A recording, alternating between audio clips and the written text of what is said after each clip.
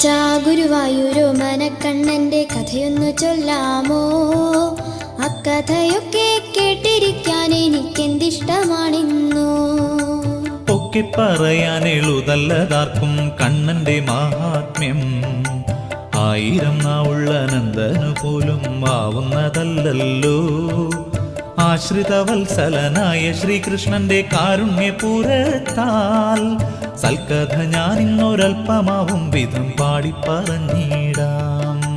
കണ്ണൻ തന്നുടെ അക്കഥ കേൾക്കാൻ കാത്തിരിക്കും നേരം കൗതുകമേറെ വന്നു വളർന്നെന്നുള്ളം നിറഞ്ഞല്ലോ.